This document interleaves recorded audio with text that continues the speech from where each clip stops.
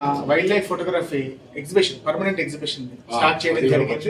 అన్న చేతుల మీదుగా ఈ రాజకీయము ఈ ఉపత్తి అయితే ప్రజలకు సేవ చేసేది ఒక ఆర్ట్. ఆయనలో నేను చూసాను మ్యూజియం. ఆ మ్యూజియంలో ఆ ఫోటోగ్రఫీ అది మామూలుగా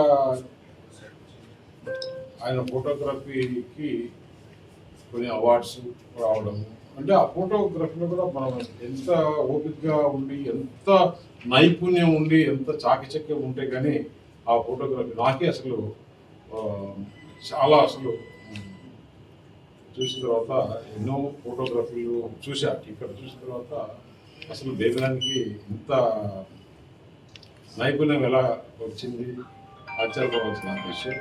ఇంకా కూడా ఆయన ఇలాంటివి చేసి బాగా ప్రజలకు మంచి చేయాలి, వారి పూట బాగుండాలి, వారి కుటుంబం అంతా బాగుండాలి, ప్రజలకు సేవ చేస్తానికి ఆ భగవంతుడు ఎప్పుడు కూడా వారికి చల్లగా. Thank you.